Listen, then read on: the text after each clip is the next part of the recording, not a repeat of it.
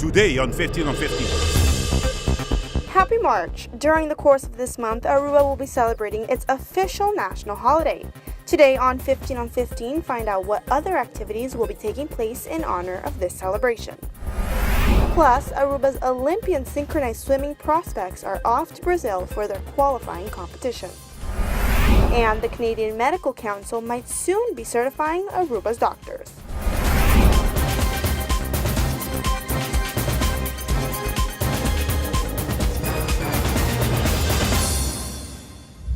Thank you for joining us on another edition of 15 on 15 right here on Channel 15 ATV with Daniela Piazzi. Let's get started with our latest local news topics.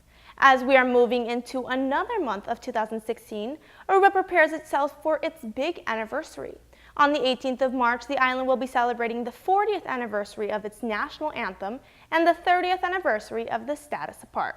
Besides the official ceremony on the March 18th, this month will be filled with events culminating to the big celebration. A strong sense of pride is displayed each year as Arubans celebrate their Flag and Anthem Day. The flag of Aruba was officially adopted on March 18, 1976, along with the official anthem Aruba Tuxitera, composed by Padu del Caribe, Hubert Boy, and Rufo Waver. An impressive folkloric production marking the national anthem and Flag Day holiday is held each year on March 18th at Plaza Betico Cruz in Orayestat. This official national holiday celebration in Aruba also features many cultural events showcasing local gastronomy of Aruba, as well as sporting events and games throughout the islands for kids and adults. To start off the month on the 4th and 5th of March, the Children's National Pride singing competition named Un Canto na Nos Himno y Bandera will be taking place. The island's youngsters will present an original composition based on their love for their country. This same contest will be held for adults on the 11th, 12th, and 13th of the month. The celebration also will be focused on the island's culture. On March 14th, the National Poets Contest will be taking place at Fort Zeltman. The official protocol event will take place on several sites during the 17th and 18th of the month.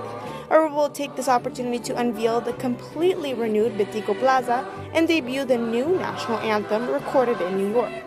Aruba's national dishes will be sold in a variety of locations along with flags and Aruba keepsakes. Finally, as Aruba does form part of the Dutch Kingdom, these celebrations will be extended to the Netherlands, where on March 20th they will also hold an Aruba Day celebration to honor this big anniversary. Another big milestone for the island this year will be that the current governor, His Excellency Freddy Refuñol, will be stepping down from his post. In the past, there have been many speculations as to whom his successor will be, but during a press conference this week with Prime Minister Mike Eamon, he dropped some hints about the chosen candidate. The governor of Aruba is the representative on Aruba of the Dutch head of state, King Willem-Alexander. The governor's duties are to represent and guard the general interests of the kingdom and is to head the Aruban government. He is accountable to the government of the Kingdom of the Netherlands. Freddy's José Refuñol is serving as the current governor of Aruba. Originally a teacher, he has served as a government official for the past 20 years, starting as a member of the Estates of Aruba. He assumed his position in 2004 and has served 2 terms of 6 years. The Aruban governor will be retiring from his position on May 1st of this year. Although there has been uncertainty amongst the community on his successor, during a press conference this week with Prime Minister Mike Eamon, he announced that the next candidate has been selected, and he is not an Aruban politician. The following step will be to prepare this candidate thoroughly before he is presented to the Dutch Kingdom for final approval. If the nominee for this position is not ready by May 1st, the current governor could be asked to remain in office for a short while longer. We'll be sure to keep you updated on this story and, of course, reveal the identity of this prospect as soon as possible. In other news, as of today, March 1st, Aruba's minimum salary will be rising by 2.5%. As of the 1st of March, the Aruban government has agreed to raise the minimum wage by 2.5%. Originally, this law was meant to become official on February 1st, but due to a delay in paperwork, this was not possible by that day. However, as of this month, the minimum wage will be 1,677.80 florins per month.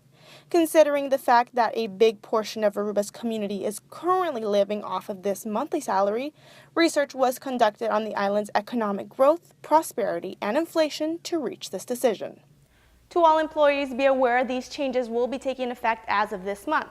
We'll be back with more Aruba English news after a quick commercial break. When we come back from the break, synchronized swimmers Anouk Ayman and Kira Hooverts are off to Brazil for their qualifying competition.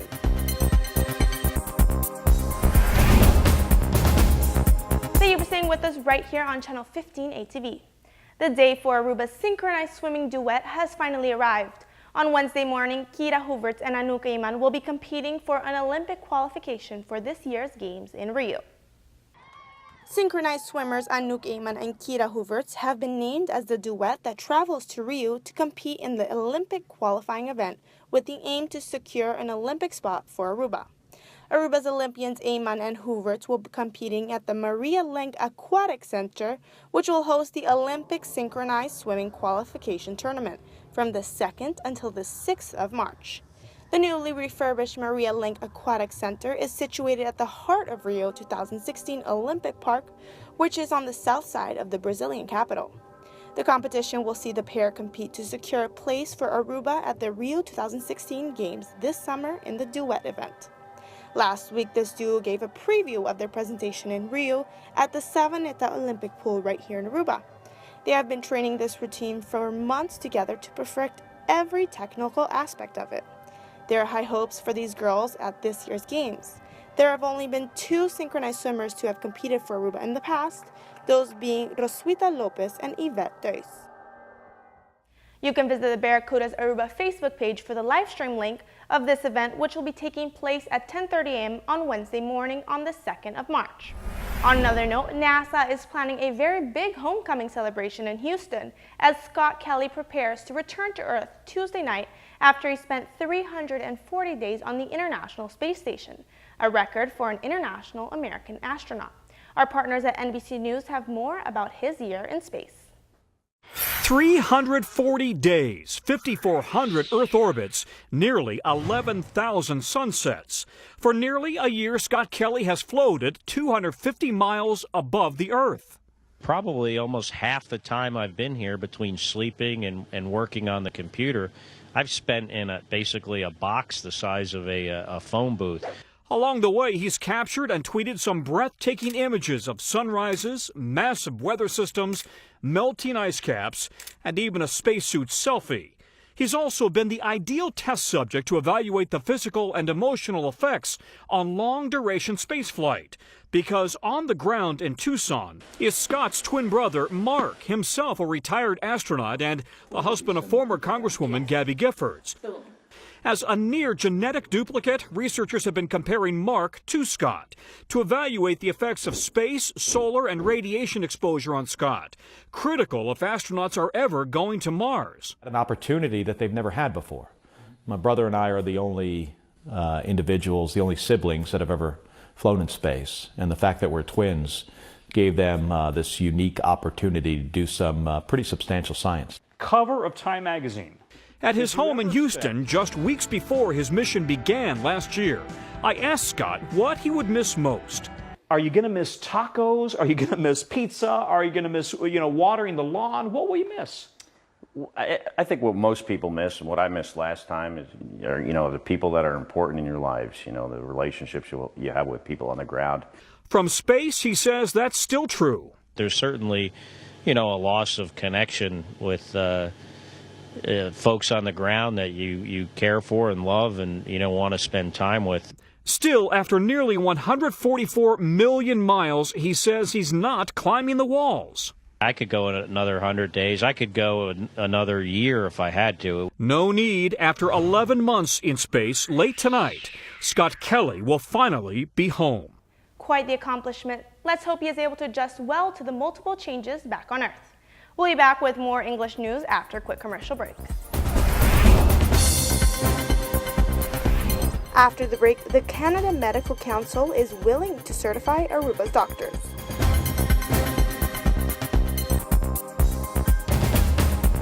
Thank you for staying with us right here on Channel 15 ATV. Many countries in the world make it difficult for foreign medical students or certified doctors to practice medicine locally, due to the fact that medical degrees and qualifications vary immensely by country. Here in Aruba, a Dutch medical license is preferred for practicing doctors, but this might soon change. Over the course of last week, Minister of Health Dr. Alex Schwengel visited the Canadian Medical Council to offer another option for Aruba's future medical students. The Minister of Health, Dr. Alex Schwengel, recently met with the Canadian Medical Council to discuss the possibility of certifying Aruban medical students to practice on the island. This is a mutually beneficial deal as Canada needs more international medical graduates, which offers Aruban students a new and simpler option to study in the medical field. I really enjoyed meeting the minister, and I think there's some areas of commonality between the needs of our two countries. Canada has a need for international medical graduates, and Aruba has a need for international medical graduates. And I think we're facing some of the same problems of how do we make sure that a doctor coming into our country is capable of looking after our own population.